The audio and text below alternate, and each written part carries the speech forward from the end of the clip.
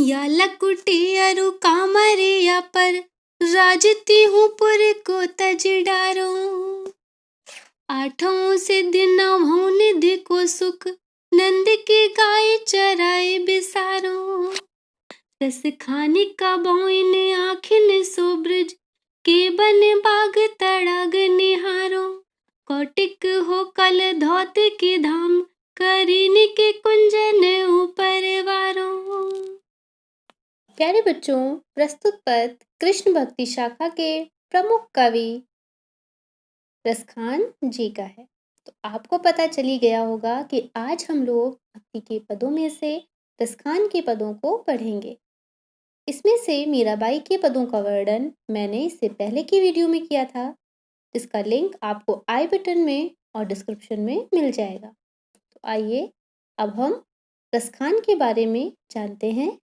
रसखान का पूरा नाम सैयद इब्राहिम था। क्या नाम था? सैयद इब्राहिम।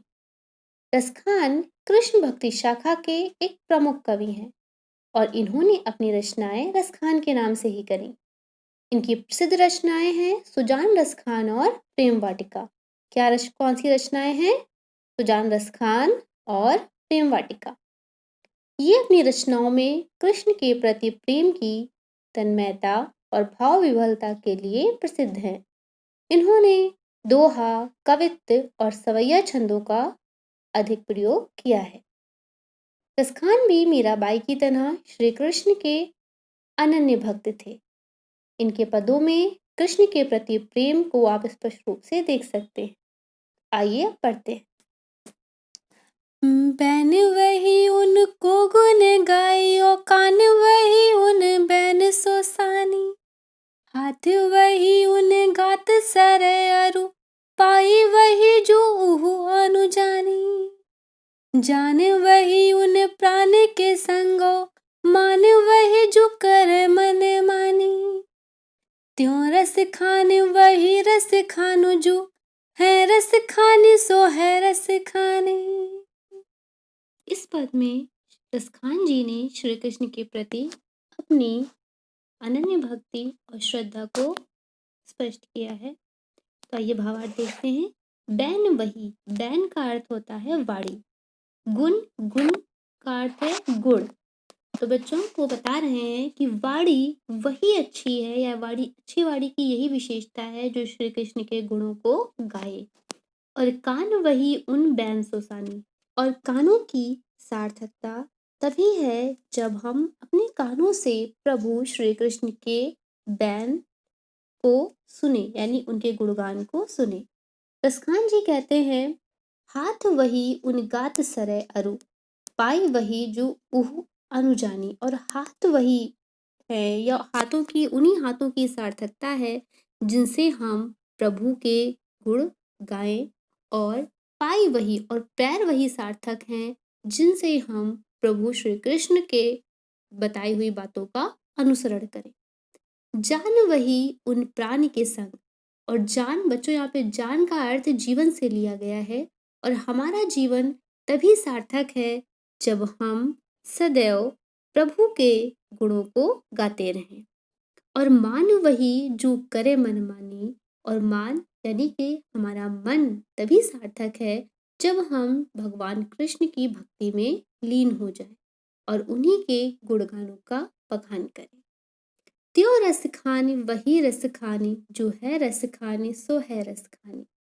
और रसखान कहते हैं कि मेरे प्रभु श्री कृष्ण रसों की खान यानी आनंद की खान है।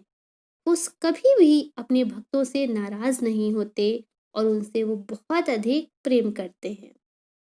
उनसे नाता जोड़ लेने में हमें सुख की प्राप्ति होगी। इसलिए हमें सदैव अपने प्रभु के भक्ति में लीन रहना चाहिए। तो आइए बच्चों, अगला देखते हैं हम पद का भावार्थ। या लकुटी अरु कामरिया पर राजती हूँ पुर को तज डारो। आठों से दिन निधि को सुख नंद की गाय चराए बिसारो। रस खानी का बोइन आखिन सो ब्रज के बन बाग तड़ाग निहारो, कौटिक हो कल धौत के धाम, करीन के कुंजन ऊपर वारो। या लकुटी अरु कामरिया पर। लकुटी का अर्थ है लाठी और कामरिया का अर्थ है कमल। राज तिहुपुर, तिहुपुर का अर्थ है त्रिलोक, जिसमें स्वर्गलोक, मर्त्यलोक और पाताल लोक आता है। तज डारो, तजना, तज दूं, त्याग कर दूं। रसखान जी कहते हैं कि मैं श्री कृष्ण भगवान की लाठी और कमल पर तीनों लोकों के राज्यों को भी त्याग कर सकता हूँ। आठों सिद्धि नवों निधि, आठों सिद्धियों और नौ निधियों। बच्चों 8 सिद्धियां हैं, अरिमा, महिमा, गरिमा, लघिमा, प्राप्ति, प्राकाम्य, ईशित्व और वशित्व। नौ निधियां हैं पद्मनिधि, महापद्मनिधि, शंख निधि, मकर निधि, कच्छप निधि, मुकुंद निधि, नंद निधि, नील निधि और खर्व निधि। तो रसखान जी कहते हैं कि मैं नंद की गायें चराते हुए देखने के लिए मैं इन 8 सिद्धियों और 9 निधियों के सुखों को भी त्याग कर सकता हूँ। रसखान कबों इन आँखें सो ब्रिज के बन बाग तड़ाग निहारो। रसखान कहते हैं कि मैं कब से चाहता हूँ और मेरी आँखें व्याकुल हैं ब्रिज के वन, बाग, तड़ाग का अर्थ होता है जलाशय को देखने के लिए।